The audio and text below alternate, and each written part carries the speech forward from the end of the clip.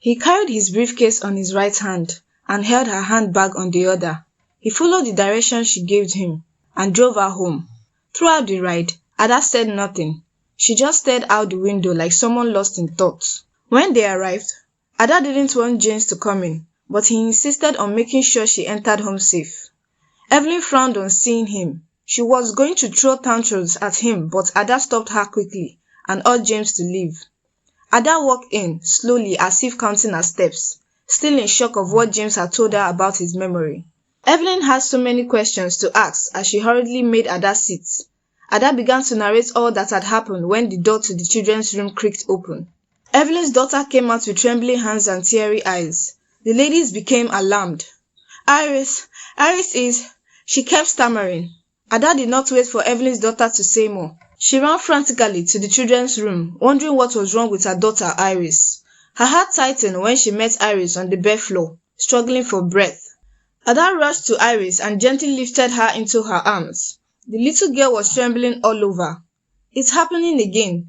The code has triggered another attack, Ada whispered through sobs. I will get a taxi, Evelyn shouted, already running outside. Thankfully, they got to the hospital just in time. The two ladies were already looking worn out with anxiety when the doctor finally came out to discuss Iris's condition. She's responding well to treatment, the doctor said. She told them a few other things and said to discharge Iris the following day. Ada let out a deep sigh of relief. The thought of anything bad happening to her child was unbearable. But just as the tension eased, her mind wandered back to James. She pulled Evelyn closer and finally narrated all that had happened at work. What happened to Iris today happened to James too, she explained. So you believe the story of him losing his memory? Evelyn asked in disbelief, suspecting that Ada may have started developing soft spots for James. She hissed and warned her not to be fooled. I mean, what happened to his family? Were they all involved in the accident?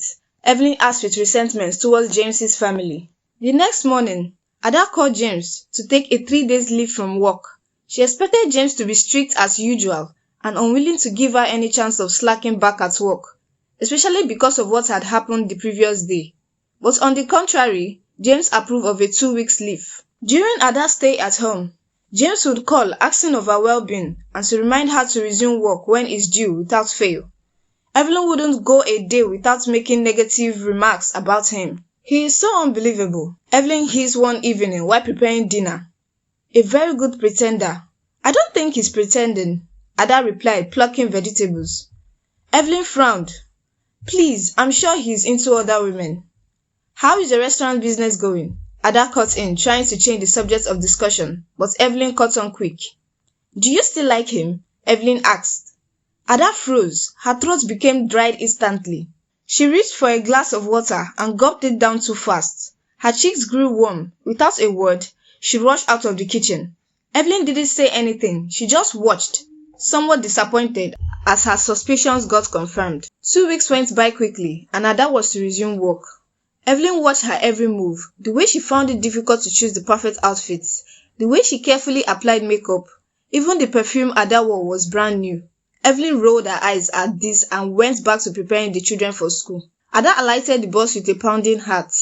Nevertheless, she tried to bottle up her emotions. As Ada walked through the reception, her female colleagues excitedly welcomed her back to work. Ada took the elevator and went straight to her working position. From there, she looked at James's office, wondering if he was at work already. What am I getting myself into? She muttered. Just then, someone walked up to her saying the HR wanted to see her. She composed herself and walked to the HR's office. James's uncle smiled at her as she entered. Then, he introduced her to the woman sitting in front of him. Ada gasped. It was James's mother. The woman was surprised to meet Ada too. At first, her eyes held guilt and remorse, but soon it was the contrary. What are you doing here? She screamed at Ada. Ada was taken aback. She expected James's mother to give a heartfelt apology with a justifiable reason for her past actions, but no. What do you want? Is it money? Take it and leave my son, James's mother yelled further. Sister, what is going on? The HR asked, genuinely surprised. She is the one the seer told me about. She is the reason James was involved in an accident and lost his memory. She's nothing but bad luck. Let her leave my son alone. Ada stood by the entrance, frozen. All James's mother was saying was too much for her to gather at a time. So James did lose his memory. So James' mother blames it on me. So she's not sorry for all that she made me go through. Ada kept thinking to herself as words refused to come out of her mouth. Sister, so you really stopped your son's marriage because of one stupid prophecy? The HR asked in disbelief. See, aside the prophecy, this lady is a prostitute, James' mother said, pointing at Ada. I heard she has a daughter with no man to call the father. Those words tore Ada completely, that she gave in to the tears she had been holding back. Prostitute? Me? Ada sniffed. She wished to tell them at that moment that James was the father of the child, that she had kept herself till she met James, that she went through hell for Iris' sake. But then, she rather kept this to herself, seeing how James's mother insisted she was a gold digger. Ada turned to leave without a word, but bumped into James. He held her firmly. His eyes showed how much he was pained seeing her tears. He demanded to know what was going on. Somehow, he had been eavesdropping, but he was still very much confused. What is the meaning of all you have been saying? He asked his mother, who was quiet now and unwilling to talk further. Ada wriggled out of his grip. I'll send in my resignation letter, she said, turning away. Ada, don't leave me in the dark. James called after her, voice breaking. What is happening? She didn't answer. Tears blurred her vision as she made her way toward the express road. She wiped them away with the back of her hand, crossed to the other side, and raised her hand to flag down a bus. James followed frantically. He didn't see the car. It happened so quick. People screamed. Ada spun around just in time to see him collapse. James! She screamed, voice cracking with pain and guilt.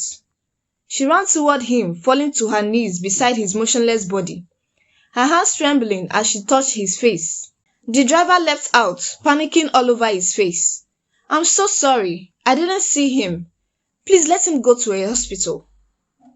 With the help of bystanders, they lifted James into the back seat. Ada climbed in beside him, her hands never leaving his. The car sped off, the sound of Ada's silent prayer hanging heavy in the air. Ada had been sitting for hours waiting for the doctor to come out with pleasant reports. Her chest felt tight and her head ached. She felt so guilty, wondering if James's mother was right about being a bad luck. She picked up her phone and dialed Evelyn's number, but all she could do was sob. Where on earth are you? Evelyn asked with worry. Ada managed to mutter the name of the hospital before hanging up. Soon, the doctor came out. Can I go in now? Ada asked. The doctor nodded. Upon entering the ward, Ada felt weak. James was lying helplessly on the hospital bed, or so it seemed to her. She walked over to him. His eyes were closed. Ada wondered if he was still unconscious. She pressed her head against his chest and felt relieved. James, please wake up, she sniffed. Almost immediately, he held her hand and wrapped in his. Then he opened his eyes. Ada Azuka. Ada was happy he was awake, that she broke down again. But then something struck her. He had just called her by her full name. The name she registered in her resume was Ada Phillips, but he called her Ada Azuka. She looked at him for answers. Ada Azuka, my virgin bride, he said again, this time a bit playful. Ada gasped. He has gotten back some of his memory. So much has happened. I'm sorry. I'm so sorry, Ada. He kept apologizing. The room was tensed. It was indeed a reunion for the both of them. Not long after, James's mother stormed in. She dragged Ada by the hair and forced her outside. James wanted to interfere but was too weak to do anything significant. Evelyn showed up just in time. She screamed at James's mother. The two exchanged words and were ready to tear themselves up like mother hen protecting its own baby from intruders. Evelyn threatened to call the police on James's mother before finally leaving the hospital with her niece, Ada. I closed the restaurant to come for you. I was very worried about that call you gave me, Evelyn said on their way home. Do you know how ready I was to deal with that woman? I would have torn her to pieces. Forget age difference, though. Evelyn ranted, but Ada was rather too exhausted to say anything. The next day, Ada emailed her resignation letter to the HR. She decided to join Evelyn at the local restaurant. Evelyn did well in comforting her and trying to bring her back to her cheerful self. Also, you won't throw yourself at him, Evelyn said, telling Ada not to do as much as even to call James to check up on him. Few weeks later, on a Saturday morning, Evelyn decided they stay home to rest instead of going to the restaurant. They prepared different snacks, testing out Evelyn's baking skills for fun. The doorbell rang. Ada gulped down the last few drops of juice in her glass and stuffed her mouth with cookies as she went to get the door. She stopped chewing, looking at the person standing in front of her. Ada Azuka, James called out. Evelyn hissed upon finding out who it was. She picked up a broom to chase him away with it, but Ada begged her to stop.